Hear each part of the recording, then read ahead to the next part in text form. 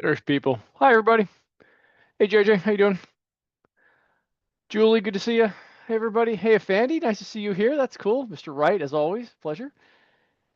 Welcome aboard, everybody. As always, we're going to get till about 1:03 before we get started. But while I'm here, uh, everybody give me a story in chat of the silliest thing you've seen in the last quarter, whether it's cybersecurity or whether it's out in the real world. Keep everybody awake, everybody well. Anything you've seen that's kind of silly or interesting to talk about, throw it out there in the chat. I'm watching. Keep everybody awake for a little bit. I'll keep saying hi to people as I recognize everyone around. What's up, Peter? Good to see you as always, my friend. Sven, hey, Sven's here. Hey, pretty cool. All right. A lot of people coming in today. Alan, good to see you. Bob and Bob. All right. I'm looking for stories. Everybody give me a story in chat about something silly you've seen in the last couple of weeks. It'd be fun to talk about. Or I would also accept if it's over 90 where you are right now, because oh my gosh, it's getting there for me. 2FA's no longer secure. Thank you, Alan. Thank you for terrifying the rest of us. Yes, 2FA's been 2FA's been broke with man in the middle attacks. It's fair. AI bot named Steven can trying to convince you of security stories where it's phishing. It's true. This is Zoom AI phishing. Really, really good. We're very, very talented here. See what else we got going on. Who else do I recognize in the chat? Oh, excellent. Instructions on hacking a Mac to elevate standard. Wow, you jailbroke ChatGPT. That's fun. We're probably gonna do the next office hours might be on. Hey Pablo, good to see you. The next office hours might be on AI. We're doing a lot of work here with Insight on AI and the goods and the bads and stuff like that. So we might do a whole one of these on that. I think that'd be kind of fun. And we can talk about ways to break into it and what the benefits are, et cetera, et cetera. We also have a whole bunch of AI office hours too. So I'm sure we'll put that up at the very end. Our development team does a whole thing on AI, and I'm actually going to be part of it doing AI security on that. So we got plenty of that stuff here. That's fun. Joey, yes, yes. Everybody, just so everybody knows, Endsight is we're updating our phishing training provider. So we for those of you that don't know, we send fake phishing emails out to some of our clients. We just recently replaced our old provider with a new one. We're moving everybody over, and I got caught. First time in my whole life. Joey got caught. That's fun. Scott, we had to talk about that. We if you're getting that many phishing emails, let me see if I can help. I can I can send more to see if people get tricked by it. That'd be interesting, wouldn't it? I'd give everybody one more minute to get in. I promise not to waste any more of your time. Yes, James. Yes, they are working on an API call to be able to say, "Hey, both tell the phishing provider I caught it, and also tell Microsoft this is spam." So that's good. We like that. One of the problems we had before was if you report it to the phishing guys, the spam filter guys don't know, so they don't actually filter anything better. Okay, everybody, welcome aboard. This is our quarter two 2025 security office hours. For those of you that have not been here and have not heard me flap my mouth at you for an hour, my name is Steve Hicks. I am the cybersecurity practice manager over here at Endsight. I run the security department. We also have a compliance arm we're running. In case anybody doesn't know who I am, this is what I do, and this is all I do. I've only ever worked with small to medium business effectively in my entire life. I've been in IT and security for quite a while. It's starting to get old. I didn't have this much gray hair in my beard when I got started. And my best friend in the world, who's in the chat right now, you can say hi to Christopher. He will ask me some bonkers questions to try to throw me off. He knows I didn't have this much white hair when we met. Just a real quick talk about Insight. So we're a pretty good place to work. We love what we do here. We're a values-driven organization. I happen to like the value one, meaning drive the value to your clients. Just no matter what it does, take that. But the thing I want to point out on this particular slide, up on the top left up there, is this last February we took part in a cybersecurity competition at a cybersecurity conference. It's the biggest cybersecurity conference in the world for all of the best MSPs. And there is a capture the flag competition for hackers where we kind of hide information in really, really obscure places, and you have to find it and put the flag in the web page. And 87 of the best MSPs in the world took place in this at the best MSP conference in the world, and we took second place. And we are damn proud of that, you guys. This is a real company. We have real good team. The guys that work with us are pretty awesome. We're pretty proud of that. They got a check. They got to be up on stage with the guys. The big bosses of our company were there. It's a pretty cool thing. So we're pretty proud of that second place up there. I kind of wanted to mention that there. So if anybody wants to know, the conference is called Right of Boom. It's the big conference for MSPs. It's in Vegas in February. I'm on the advisory council. It's a really cool thing. I really like it. So this is enough tooting of our horn. Let me tell you about what we're doing here. For those of you that have seen these slides, forgive me. Not everybody's been here a bunch of times, but this is a high-level strategic discussion. It is suitable for C-suite executives and risk holders and owners, stuff like that. I'm not going to tell you do not give the babysitter your Wi-Fi password. Don't do that. But that's not what this is. For those of you that are interested in a more tactical discussion and a more, hey, how do I recognize spam? We have a monthly cybersecurity fundamentals training, which, if you are an attorney, qualifies for continuing education credit for the California State Bar and the Hawaii State Bar. I'm quite proud of that. Have to do a little bit different ones for Hawaii, only two extra slides, but we are a real training organization, and this stuff is not charged. So hopefully, if that's interesting to you, say something in chat. We can get the team signed up for it. Nothing costs anything. But that's not what this is. This is your high-level discussion. I'm going to speak a lot of risk here. I'm going to tell you things that I think are important in the world. To that end, as a reminder, everybody, there are three pillars of cybersecurity. Everybody seems to be able to understand endpoint protection and spam filtering. But the most important one is people. Training your people, this type of thing, phishing training and continual reviews and testing to make sure people understand is your best ROI and it's the most effective, right? The whole point is not let the bad guys in. If you can stop humans from getting fooled, great. That's the idea, right? We're trying to make it so people don't get tricked. The second one, of course, being process, which you should know. Write your policies, test your policies, make sure you're following things up. And I know a couple people in this call I've recently done tabletop exercises for, and we were able to find some holes and flaws in the process for some hypothetical attacker or disaster scenarios. And those of you that have taken them, if you choose to, feel free to say we had a good time and we did well, or you can tell me I'm terrible. That's fine too. But everybody understands the third one, technology, right? You understand, hey, I got a spam filter and I got endpoint protection, but it's such a third of cybersecurity nowadays. And I'm going to be pounding this in every time we do these calls, everybody. I cannot just sell you something that makes you safe anymore. It does not work like that. It works like this. Three different pillars, all of them are important in that specific order. If you get to the point where your technology has stopped something, two-thirds of your cybersecurity has already failed. Your people were not trained and they missed a process, right? Now, listen, people get tricked all the time. That's a thing.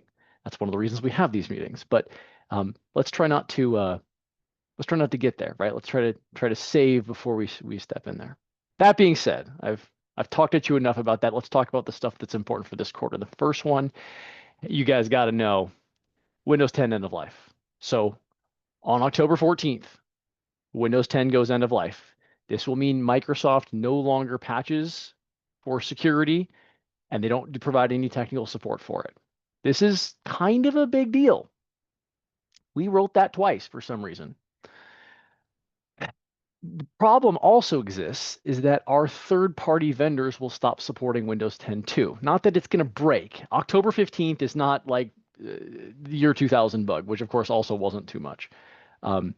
It means that every so often, eventually, people are going to they're going to start dropping support for stuff. So products won't work on Windows 10 anymore, or Office stops working, or you can't call for help, or anything to that effect. If you have any kind of compliance requirements, and I mean anything, and for the people in this call who you knew, talking to two of you, and you know who you are, if you are doing ISO or SOC 2, you are not going to be compliant because you have out-of-date operating systems. That's it. There are no compliance frameworks in the world that allow you to have non-manufacturer supported hardware and software.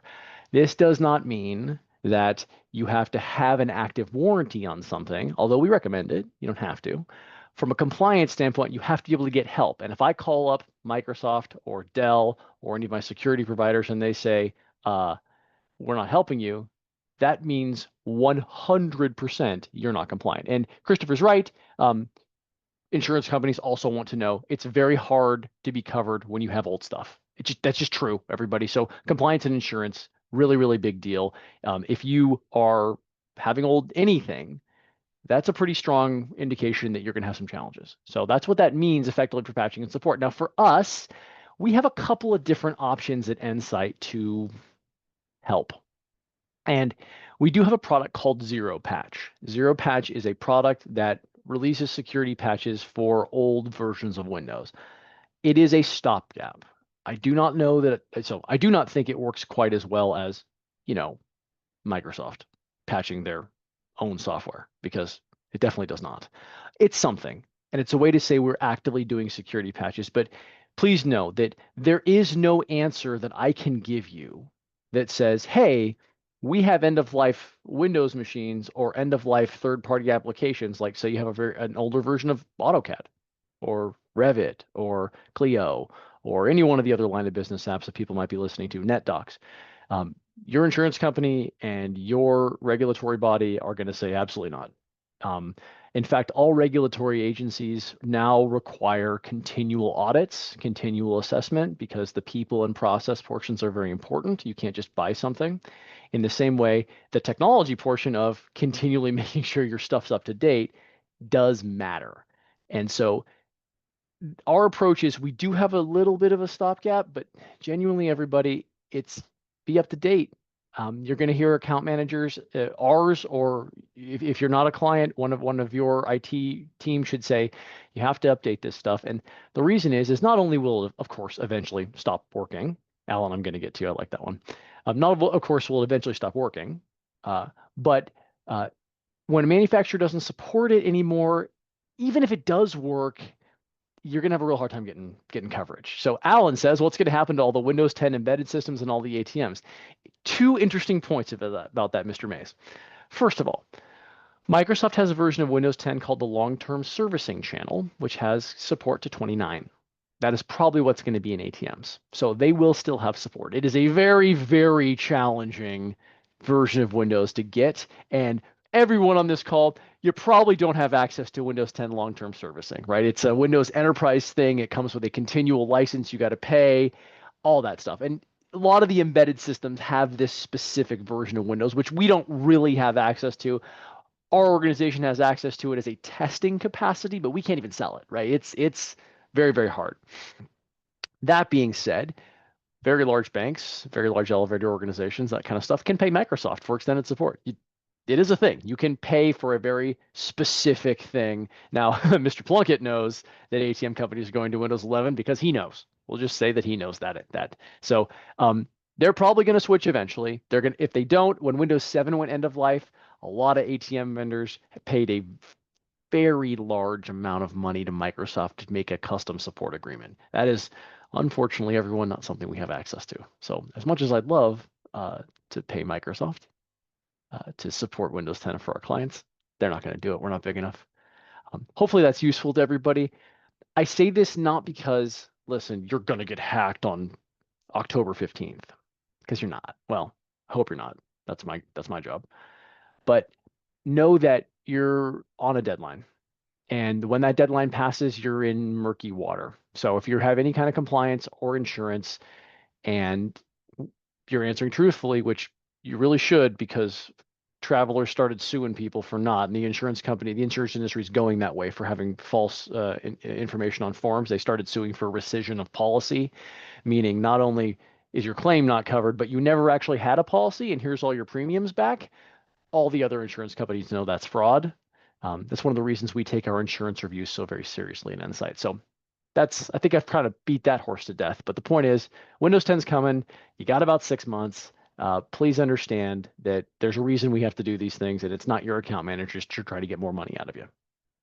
Well, by the way, I am watching the chat in case there are any more questions. I appreciate the engagement. Thank you. Let's talk to the next thing, and it is VPN issues. So, oh, do I actually have an actual question? No, I had a hand raised. Sorry, everybody. I did see a hand raised. So if there's a hand raised, go ahead and put the question in chat, and I will be very happy to take a look, keep an eye out for it. But I did see a hand raised in the attendees. But anyway, let's talk about VPNs. Everybody, give me a 1 in chat if you are familiar with a remote access VPN into your network, and you understand how that works. Good. Excellent. Thank you. Okay. Now, The design of a VPN has become non-sustainable. So here, here's how VPNs work, especially a remote access VPN. You have a firewall. You open up a hole in that firewall to listen for incoming connections. Your users make those connections, authenticate, and then they are granted access to your network exactly as if they had plugged a cable into the wall in your building, albeit a little bit slower and over the public internet. I think we're all relatively familiar with how this works. Unfortunately, with the advent of AI and some other manufacturer related issues, SonicWall, Fortinet, for example, this design is inherently insecure now. Listening for someone to make a connection into your network is a recipe for someone to make a connection into your network. Not all the time that you wanted that person to do it. In 2025, we have had 2 VPN compromises at clients at Endsight, and these VPNs were set up properly. The devices had been patched within the last 2 months, which is very good for a firewall. And nobody did anything wrong. And the users had multi-factor. I mean, this is a thing. There were flaws in the firewalls. And some flaws were like the manufacturer saying there's a flaw and it's so new we don't have a patch yet. So the issue is attackers were able to compromise the authentication mechanism. And what that is effectively is they do something actual hacking. And whenever I'm talking about hacking in these calls, usually my conversation is about how somebody got fooled and did the wrong thing. This is an actual compromise. Somebody got hacked. They broke through the firewall and manipulated the authentication mechanism to be allowed into the network. This is exactly the same as if the attacker had gotten into the building and plugged a cord into the wall. It can also be worse than that. If your VPN shares a password with, say, your network, which is really, really common, we call that SSO, right? Give me a 2 in chat, everyone, if you know what single sign-on is. If your password for your email and your password for your computer are the same, maybe your password for your VPN is the same. Right. Right. Okay, so that's a lot of people. And there's a reason for this, right? It's because it's way, way easier and it's also safer. I don't have to define 46 different accounts for you to log into the network. I am literally just giving you the one password and everything references it. However, if we break through that password system and you can reference it, now you have passwords. That's real bad. That happened twice in 2025. So there are some very significant uh, problems that are different from. Thank you, JJ. I appreciate SS so annoying. Um, there are some significant problems where if I was to just walk into your building and plug a cord into the wall, I wouldn't have any passwords. I'd have physical access, and eventually I could probably make my way in somehow. But if I'm compromising passwords to get in and a connection to get in, ooh, that's real bad. Um, and unfortunately, we've had so many flaws. We saw several last year. They're getting worse.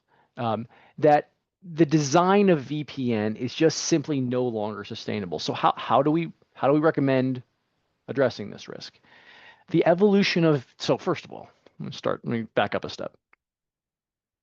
People need remote access, right? This is not like news to anybody, right? You need to have access to your network remotely. People plug in all the time. For those clients here who are in, yes, Andy, thank you. That's where I'm going. For those clients here who are all cloud, okay, maybe you don't need remote access VPNs. That's fair. But anybody that's got servers left, which is a lot of people, you need access in. So the way we do it is called zero trust network access, and this is the evolution of VPN. It is the same thing. It's remote access, but here's how it works. It's a little bit different. We install something on your network. It goes out to the cloud, not in. So there's no in, right? It goes out to the cloud in its own connection. It's not listening for anything. It establishes connection up in the cloud. Your users also go to the same cloud. This is where all the authentication and passwords and multi-factor and stuff happen. And it's not anywhere near your network. It's off premises. If that works, if everything's good and they're aligned, it rides the initial connection back down. So it's an outgoing connection. You use reverse reflexively is actually the term. It's reflexive connection, but it's the same thing, but there's no hole in the firewall listening. It's effectively writing a web page out, right? That's the same way web pages work. You go out, not in. There, in that way, it's inherently safer. Now, Andy's correct in chat. We use Cloudflare for this. They are a large zero trust provider, and they do a million other things, but it's one of those global companies with lots of staff that's probably not going to go out of business anytime soon. The reason I'm saying this is everybody, if you take nothing else away from this, the design of a VPN, where it is listening for your connection, and you make a connection, the inherent listening is no longer safe. There's just too many ways to get through it. We have a solution for this, and in fact, there are quite a few different solutions where you can, quite a few different vendors on this. We have one we like, right? And there's trial options, and you can see if it works, and it actually tends to be a little bit faster sometime. Um, and of course, JJ is right. Everybody's got downtime, right? Cloudflare gets down, and everybody goes down, everybody gets compromised. This is just the next evolution of what we think remote access is. So Christopher or Charles. Oh, hey Charles, how you doing, man? I haven't talked to you in a little bit. Charles says, related topic. What about people traveling with their laptops? We have a policy for people to use VPN when they are on the road, especially in foreign countries. So this works the same way. Now, although there are publicly available VPNs, guys, give me a 3 in chat if you've heard of NordVPN, SurfEasy, private internet access, any of those. Good. Okay. So these are publicly available VPNs that you can use. They're not remote access. They're just connection hiding. Zero Trust is the same way. I can connect up to that cloud, like I said before, but I don't have to write a connection back down, right? I can just connect up to the cloud and go from there. So in that way, your connection is encrypted. And Charles's question about, hey, what about bad public Wi-Fi?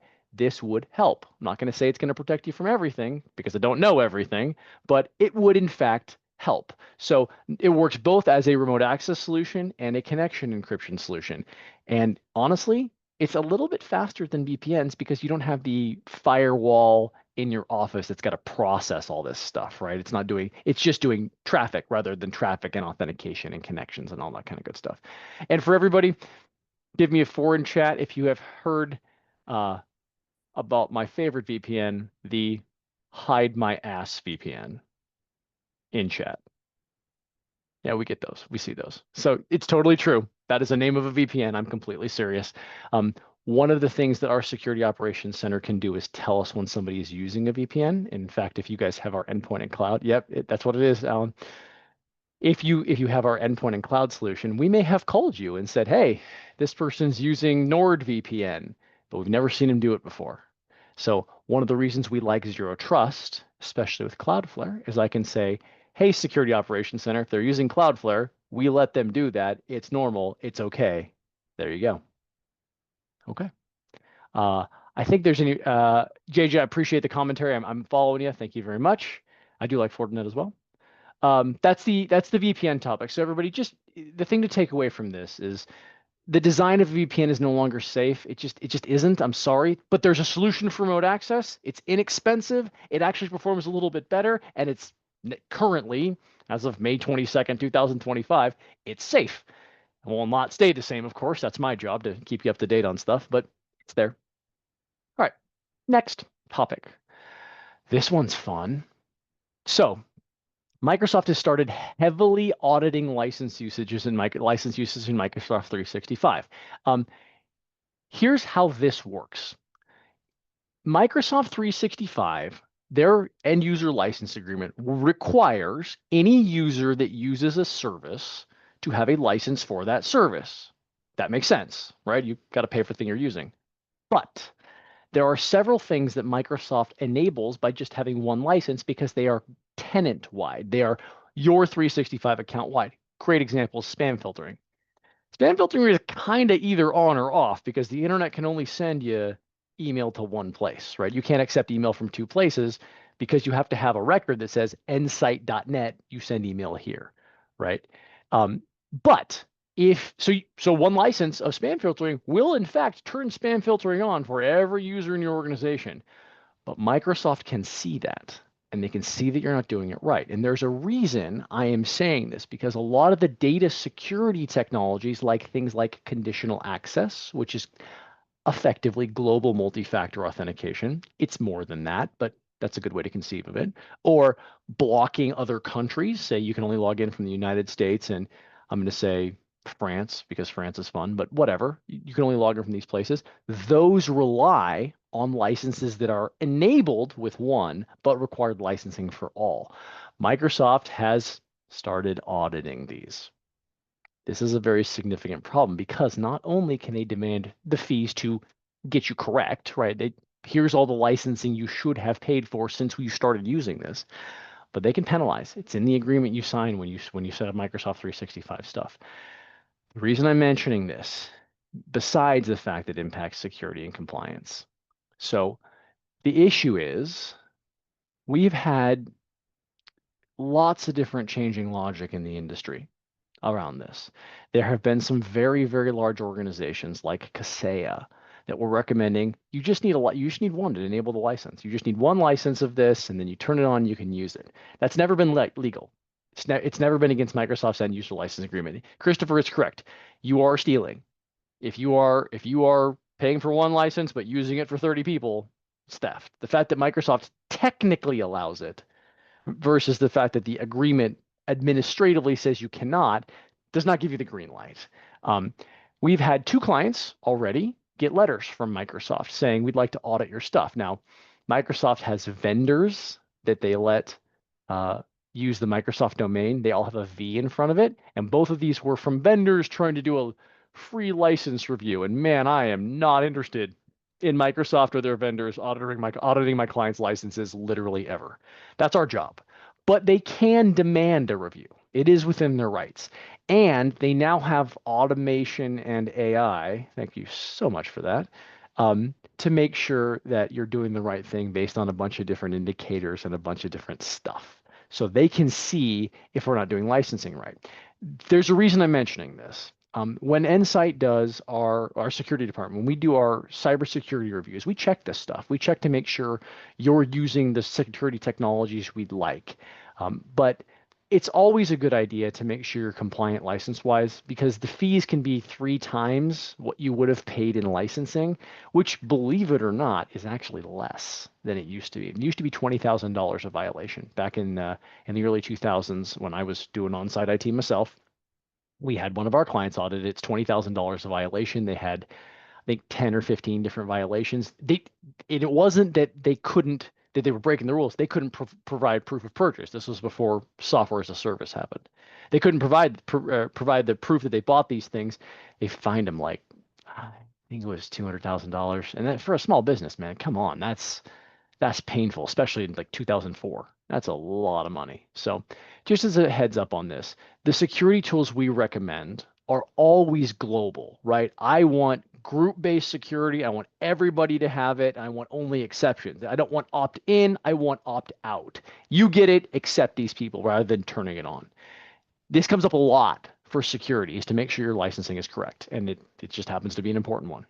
And Microsoft is starting to find it. So appreciate that, everybody. I'm going to get to the main topic. I haven't seen any other questions come forward so far. I'm looking at Q&A. No, we're good. Okay. So here's the main topic. Give me a 4 in chat if you know about Oracle's compromises in the last couple months. And I'm going to say I'm going to hear from JJ.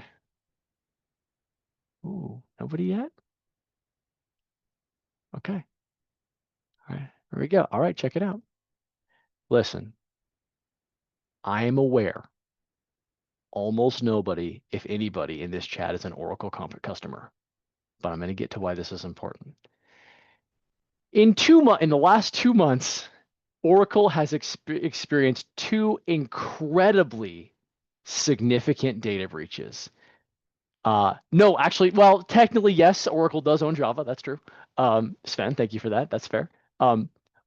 So Oracle has experienced 2 very significant personally identifiable information data breaches of things that got out on the dark web because some client list got breached. And of course, you're going to love this. They, of course, said there was no compromise. They told everybody we're fine. And then what happened early last month was they started calling you're going to love this.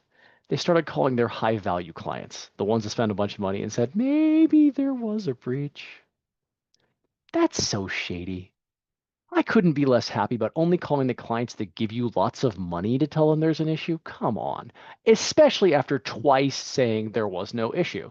If anybody in here is hearing remnants of LastPass when this same thing happened to them and they said there was no problem, and then they found out that there was a problem later. Um, Feels like the same thing to me. So when I said I know none of you are Oracle customers, right? That'd be a thing, right? Or Oracle's a thing. Um, it's a supply chain attack. You may not be a customer of Oracle, but your suppliers might. Amazon uses it. We know this for sure, right? So it's entirely possible that you have a client or a vendor that does have some piece of Oracle somewhere. Now, my hat goes off to them because Oracle has very, very predatory and litigious licensing practices. They're a problem. Yes, JJ's true. The Deloitte, sorry, JJ is correct. The Deloitte backend is also Oracle, but Oracle's for large companies. But the point is this really, really underscores the importance of vendor reviews and credential segmentation. And here's what I mean by this. When you bring a new vendor in and they're going to host any kind of information, there's a standard due diligence to do. And that due diligence is who's got my data? Show me the terms of what you're responsible. Who do I call if something's wrong? Who do you use to store it? And what is your subcontractor? What's their back end? All that kind of stuff. Very, very important because I can't tell you how many times one of our clients gets breached by a piece of software that we couldn't patch, right? Software is a service, right? It's all on the web. We don't have the ability to patch any of that stuff. And we can say, hey, everybody, um, we're really sorry that I'm going to pick on LastPass because it's fun. LastPass isn't necessarily a piece of software you install on your server, right? It's usually, it was up in the cloud. We're sorry all your passwords got breached. We can't control this. Did you happen to use the same password for your LastPass account that you use for other things? Oh, you did? Okay, well, anywhere that password is used is now compromised. So the reason I'm saying this is Christopher's also right. Insurance and liability coverage, very important. What I'm saying is, listen, different passwords for everything, everybody, and password managers. And the next slide is going to go into this and why this matters. But nowadays, password lists are for sale on the dark web all the dang time. I do see a Q&A. Oh, gosh, that's such a good question. Is my information on the dark web? Thank you, anonymous attendee, for totally prompting me on this slide. That was amazing. So how can I check to see if my information is on the dark web? Now, in this particular case, the reason I'm tying this back to Oracle is because specifically, Oracle's attackers released a bunch of the information on the dark web. So I get this question a lot. People come up to me, big guys, respected guys, tears in their eyes. They say, Steve, how do I find this information on the dark web? Your information is on the dark web. All of you, 100% confidence. Mine too. It's there. A Visa with a PIN, $18.25. US passport, $155.78, and these figures are a couple years old. All of your information is on the dark web, everybody, and it's all for sale. This is not fear mongering, this is facts, because Equifax, Target, Oracle, LinkedIn, Yahoo, Amazon's been hacked. It is ridiculous. There's virtually zero chance that your information and your team's information is not on the dark web. So there you go. Hear me out on that. And the next question is, hey, how can I remove it? You cannot. It is not a thing. So please hear me that it is not a thing. You cannot remove your information. The internet is an archive, right? The dark web is just part of the internet. It's a complex part.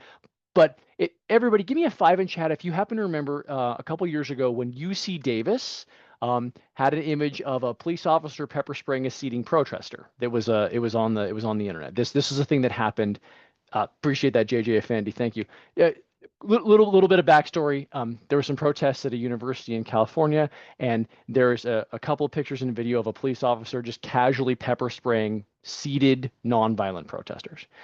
The university spent millions of dollars to try to get that image removed from the internet, and it's very much still on the internet.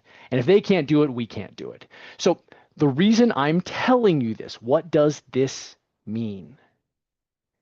Specifically for users and administrators of networks, what this means is do not replicate your passwords. You keep one password for each thing. And if you can't do that, get a password manager. And in fact, get a password manager anyway. But the reason I'm mentioning this is humans are really, really bad at making stuff up, and they're really, really bad at randomness, right?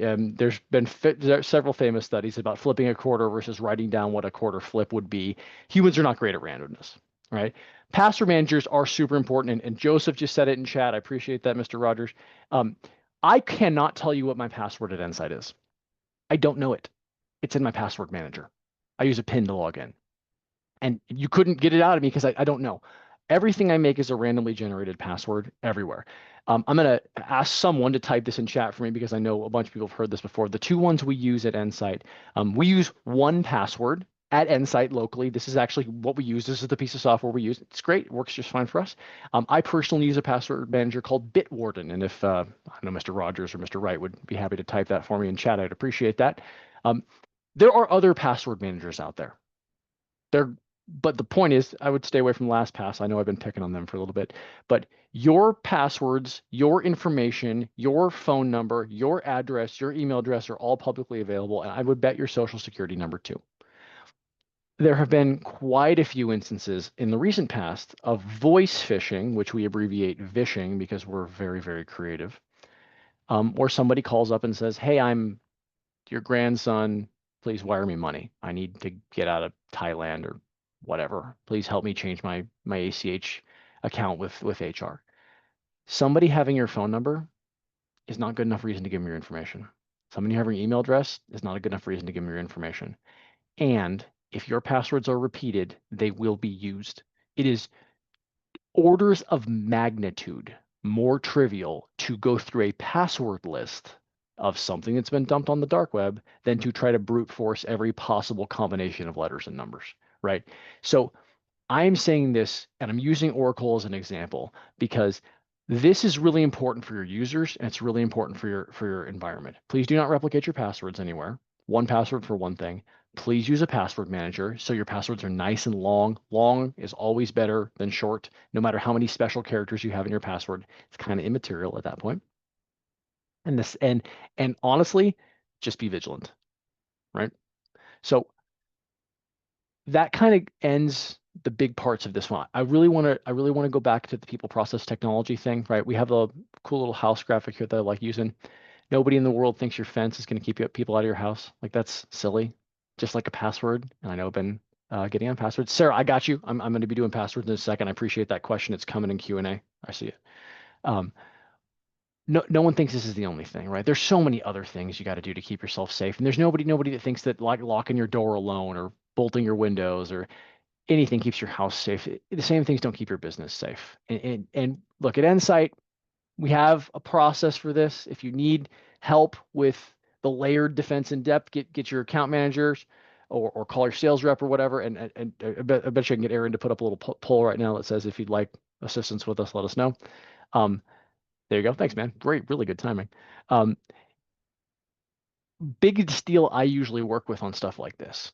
Does your risk profile match your risk appetite, right? So love talking to people about here are the risks you're taking. They may be appropriate for you. We've got some companies that are in biotech. They have some risks.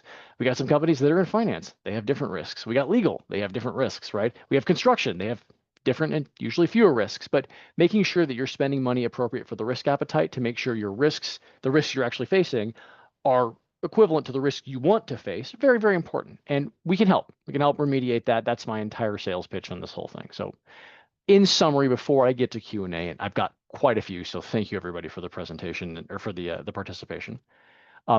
Again, everybody, people are the most important piece of anything. If you're not training your people and you're not reminding them there are bad guys and bad people, that's a thing. It's a problem. And it's the cheapest way to keep yourself safe. It's usually the most effective way to keep yourself safe. Far better to not have to protect yourself and get bad guys out than to let them in and then try to figure out what they did. Windows 10 is going end of life, and end of life software in general is risky. It's not the end of the world. By the way, thank you, Alan. Bad AI also helps enhance the people issue. Um, Windows 10 is end of life. It's coming, Everybody, you heard about the weaknesses in VPN technology and about how we are seeing this across Endsight. It's actively happening. So going back a slide, if you're still using a VPN and you're not on a zero trust solution, we like Cloudflare, but it's not the only name in the game. Give us a call, please. We have actively seen this. It ruined a vacation for me. It was very unfortunate. I wish I wouldn't have had to have that happen, but there you go. Personal information, 100% for sale on the dark web. Oracle is not the only source of said personal information, right? There are plenty of others. Think Equifax. It's out there. So people having your information, people being able to send you an email is not a significant reason to give them information. And Julie, I'm getting to you. I hear you. I got lots of questions, everybody. They're coming. I promise I won't miss them. And the only real solution, genuinely, is continuous review, right? I wish I could get to a place where I could just say you're good and you're set. It doesn't work like that anymore. Ownership, leadership. If you're all still here, you're paying attention. I can't absolve you of this responsibility. This is your organization. It's your money at risk. Being able to say, I know my security is at least being managed and watched is more than just signing a check that you bought a spam filter or bought a thing. You have to be involved in the policy. You have to be involved in the testing, the tabletop exercises where we simulate disasters. It is a more involved approach nowadays because the attackers are getting better. They have a ton of money, they have a ton of AI, and it's only going to get stronger. It's only going to be more people focused. This is the one thing AI cannot do, is give contextual advice on how humans are feeling and doing. That's a pretty big deal. So with that, I'm going to start doing Q&A. So if anybody has any more questions, I got a couple open ones. I got some ones on the next slide. Please fire them off, and I'm happy to answer them. I'll do my best to tell everybody what's going on. So the first thing, Julie says, back to Windows 10. Is paying Microsoft for PC for a year of updates still a valid option? We are refreshing PCs in the spring and just need to buy a few months. I don't believe so. I believe they have not given that option this time. But if somebody knows that I'm wrong, please tell me in chat. And I believe it was fairly expensive. I think Microsoft is just saying the 14th of October. Now they've changed it a bunch of times, but I wouldn't bet on that, Julie. I'm sorry. They're not publicizing that super well this time. Hopefully that helps. Second thing, I got a question from Alan. Alan says, can you please talk a bit about the MFA bypass process? Yes, absolutely I can. So, Alex, I didn't security upgrade program. Thank you. Christopher says it is $30 a box, so apparently there is a way to do that. I would need to research that more. Forgive me. Let's talk about Alan. Alan says, can you please talk about the MFA bypass process and what to do about it? Aaron, if you'd be so kind as to either in chat or in a pop-up link our MFA bypass video. Everybody, we actually did an actual attack video on bypassing multi-factor authentication, and it's publicly available on our website, and I will give you the video here, but I'm gonna give you a little tiny bit of an update on it. Here's how an MFA bypass works, and it's a human trick, okay? It's not technological, mostly. I think we're at 6. Give me a 6 in chat, A, if you're still here, but B, if you don't understand what forwarding a phone looks like. You call one number and you actually get another number, right? Everybody's done this a million times, right? Right, okay, we got it. Okay. Give me a 7 if you knew you could do that with a website too. Couple, good. Appreciate that, everybody. Thank you. So here's how this works, okay? If I'm going to do an MFA bypass attack on you, I trick you to going to the wrong web page. And up in the address bar, it's not right. It's not. And that's where you could see this. That's the human trick. That web page is just a proxy for Microsoft. It literally just forwards Microsoft's pages invisibly, just like an invisible phone forward. So when you log in to my fake page, I'm sending your responses to Microsoft and Microsoft's responses back to you, but I'm stealing the information in the middle. Right? So when you're done logging in, you get logged in. You just absolutely simply get back to your email. But in that process, I've stolen your multi-factor token. The only way you would have seen it is if you'd have known you'd gone to the wrong URL. And you looked up on top and it was Steve's website notreallymicrosoft.com instead of login.microsoftonline.com, which is the legitimate website. Now, if we're sitting in front of a computer, and I'm telling you about this thing, and I'm saying, hey, you guys, see how it's wrong here, and I circle it in a box, it's very easy to see that kind of thing. But in fact, the most common way we've seen our users get attacked is phones, and the most common place is car washes. It's not as high as it used to be above others, but you're in a car wash or you're doing something where you really don't have anything else to do besides blow through your email. You're blowing through your email. You see this thing, you log into the thing, you get to your email because it logged you into the right page. You just didn't notice it was the wrong site. It's very, very common for users. So it's not necessarily me breaking into your computer and stealing your password and bypassing the hacking and all that stuff. It's I sent you to the wrong page and you clicked and you gave me your information. It is a training issue. Um, we have some minor technological ways to solve this, and I expect this version will be solved eventually in a more significant way. Right now, we have ways that we can warn people, and hopefully, Aaron, if you're around and you can get that link sent out or at least put in chat, I would really appreciate the video of us doing it.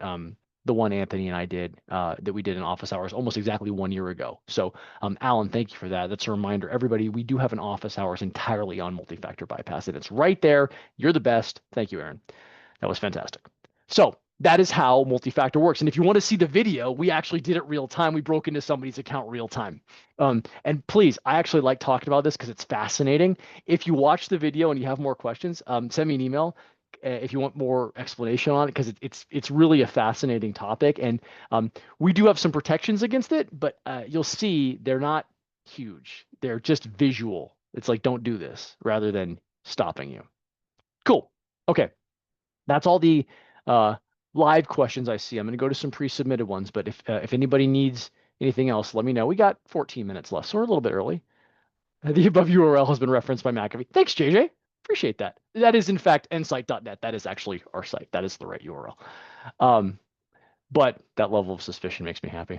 Okay, actual Q&A.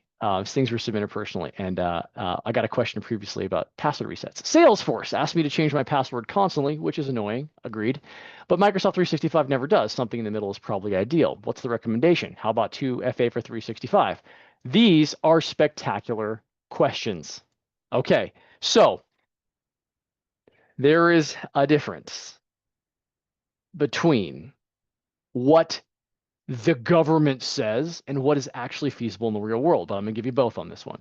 The National Institute of Standards and Technology, one of the US government organizations, has officially said, as long as you have multi-factor, we do not ever recommend changing passwords unless there is a reason to, like a compromise. So first things first is actually the second part of the question. Multi-factor should be everywhere. If you are putting in a password and you're not intrinsically reaching for your phone, something's not right, right? If you have multi-factor, we don't really recommend changing the passwords anymore because if you make people change them too often, they're going to write them down. They're going to put them on a sticky note under their keyboard or in the little black book on the top drawer of their desk, or they're going to hide them in an Excel spreadsheet labeled definitely not passwords. These are all true things we have seen.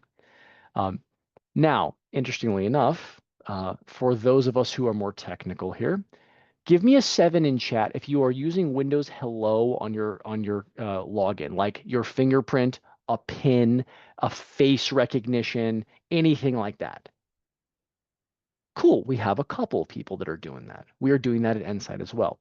This counts as multi-factor as your computer login. It is something we can do if you are on Windows or Mac machines and you have a certain Microsoft 365 license, and it absolutely, literally is written into the standard and it does count.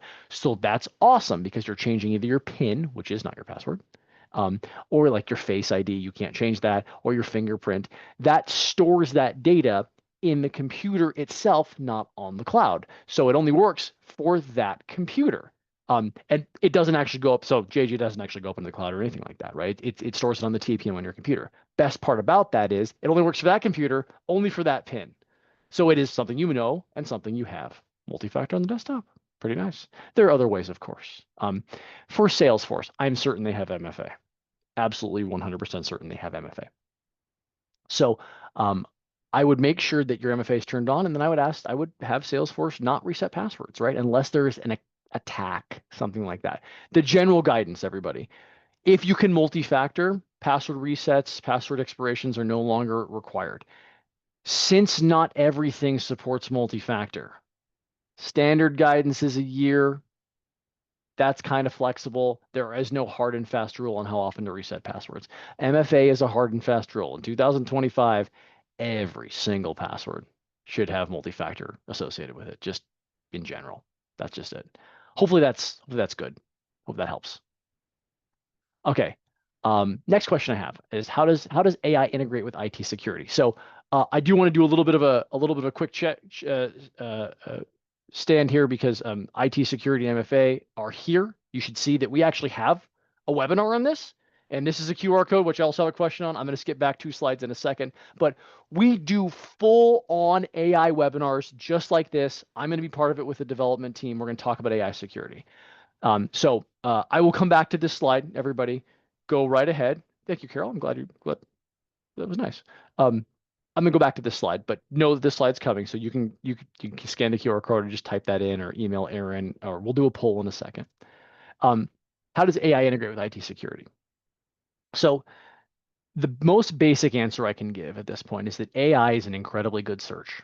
It is, my goodness, it searches so well. There is a concept of security through obscurity, meaning maybe I have access to some HR files or some accounting files and I just don't know. I never looked. I wasn't messing with my job. I didn't know I had. Now, we can all understand that's not a very secure and safe way of doing it, right? You're not supposed to just not tell people they can do stuff, but they may not find out. The minute you put AI in this case, I'm thinking Copilot and SharePoint because that's a very common combination we talk about. It will start indexing everything it has access to, and you can find it, and you can search it, and that whole obscurity goes away. So AI typically respects user context, meaning the data that your user account has access to is the only thing AI will give you. AI very significantly underscores the need to make sure your permissions are set up right. Make sure your folders are set up correctly. Make sure your old users are deleted. Make sure, as we call it, configuration drift, as work goes and projects are opened and closed and people are brought in and let go and all that stuff. Sometimes the system drifts away from the original configuration. It's a natural part of doing business. Review it every so often, either with your account management team. Our dev team has a whole tool on this to make sure people don't have access to things they shouldn't, because the minute you put AI in, they're going to find out. The shortcut to that, of course, is to just give AI to the high-powered executives that have access to everything. Use them to test, because they can see everything anyway. Still with me? Cool. Microsoft license audits. I think I went through that. Appreciate the pre-submitted question on that, but please understand that you have to be compliant in that you have to make sure that all your licenses are appropriate for everything than what you're using. And to prepare for Windows 10 reaching end of life, budgeting, honestly, there isn't really a good way to save you on that unless you want to pay monthly for every single one of your computers forever, which is an uncommon scenario, and it's not a great one, if I'm honest with you. I wouldn't recommend it. I do have one more question from an anonymous attendee. It says, I'm seeing more QR codes and ads. What's the guidance around that to be safe? Like, for example, this one. QR codes scare me. They are a link. Straight up, everybody. Scanning a QR code is the exact same thing. And usually if you're an Android user, I know this because I am one, you put your phone on a link. It says probably a little tiny abbreviated portion of where the link is gonna go.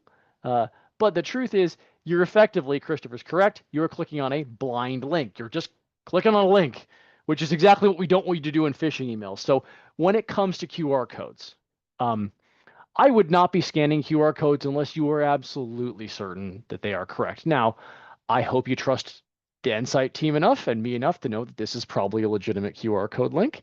But if not, you could actually type right there, or you could even answer yes on the poll that Aaron's going to put up in a second about would you like to join us for the remaining sessions, or you can send an email. If you're not comfortable with QR codes, that's why we do these, is because it's really quite common. There you go. That's where I was going, Christopher. Thank you. It is really, really common for people to make bad QR codes and just start putting them on park meters and put them on walls and see if people will scan them. Right? How much does it take for me to print up 50 bad QR codes, go over to Kinko's, make stickers, or sorry, FedEx office, I just aged myself, and make stickers and put them everywhere. Like nothing, right? But if I get one person to accidentally wire me $250, like, man, that's a pretty good idea, right? So I hope the poll went up if see if you'd like to register for the next office hours. I think it did, but usually I get in a train of thought mode here and I start trailing off. So sorry. So I would stay away from QR codes unless you're certain of it. Public areas, no. A webinar, thank you, Aaron. Awesome. A webinar where, hopefully you trust me at this point. Probably not the end of the world, I would say. So there's that. Thank you for all these cool questions. Thank you, anonymous attendee, for that excellent question. I don't know who you are, but I appreciate it. All right, everybody. Effectively, that's what I got. I don't see any more questions. I don't see any more chats. So I do really appreciate everybody joining me this time. I know this was a little bit more abstract than usual. Usually I have more tactical things, but I wanted to get into risk. I want to talk about dark web. I want to talk about Oracle and VPNs. Back to that AI slide. So this is the next office hours registration. If you are interested in joining us for AI, um, Michelle, our fantastic development manager, will be doing some AI training and some prompt engineering and how to ask ChatGPT and Copilot for stuff. And I'm going to talk about the difference between ChatGPT and Copilot and why you'd use one or the other and what's better and how to do security. Either we'll do a poll, it's coming up while I'm talking, or you can scan the barcode. Michelle is a genius. JJ, you're absolutely right, 1,000%. Or you can scan the barcode, which I know I just spent 10 minutes telling you not to do, or go to the webpage. Or there's a poll coming up here that we can say if you'd like to join us for that webinar, we can get you signed up. I'm going to leave this slide for another minute or two. The next slide is just the thank you slide. So everybody, did I say barcode? Sorry, forgive me, QR code. So everybody, thank you. That's what I got. I appreciate you all very much. I will be back on August 7th currently, and we're not sure what the topic is. Might be AI related, might be do some other stuff. So I appreciate y'all coming. You're all released. If you're awake at least, you're released, but I'm going to stick around. Alan, good to see you as always, my friend. James, you too. Yeah, welcome, Brianna. I appreciate that. Bob, good to see you too. I'll stay around. I always do until 2 o'clock. If there's anybody got any more questions you want to talk about, any more comments, but you're free, and I'm grateful. Appreciate that. Thank you guys. Thank you, Federico. Thank you. And now we can see who's still asleep. Bet we got Bob Brown sleeping. What do you think, Bob? You still with me? Oh, he said thanks. Dang, right in front of me. Good to see y'all. This is fun. I appreciate that. That's fair, Bob. That's no, I accept that. That's on me. That's my bad. You too, Scott. Thank you, sir. Cool. All right. Still looking for questions if anybody's got any. I know there's a couple people staying around. We get this occasionally where people, sleep and see on the recording or something, but there you go.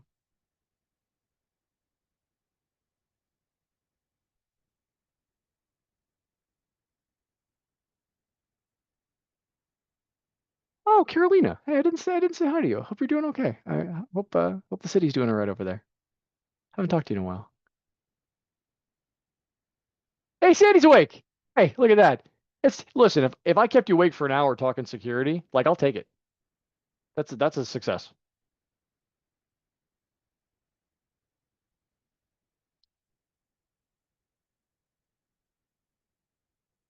Appreciate you, Carolina. Thank you.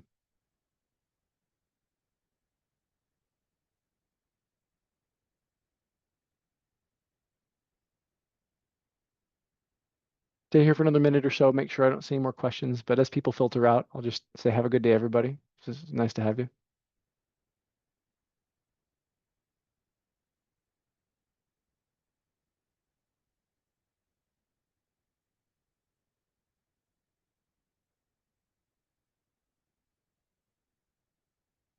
Okay. Well, with that, everybody who's still here, we're going to end the meeting. We're grateful for you all showing up. Thank you very much for your time, and hopefully we'll see you next time. Hopefully it was worthwhile. For everybody watching the recording, thank you very much for coming. Hope I get to see you live at some point and we can chat. Beyond that, everybody, have a good rest of your day.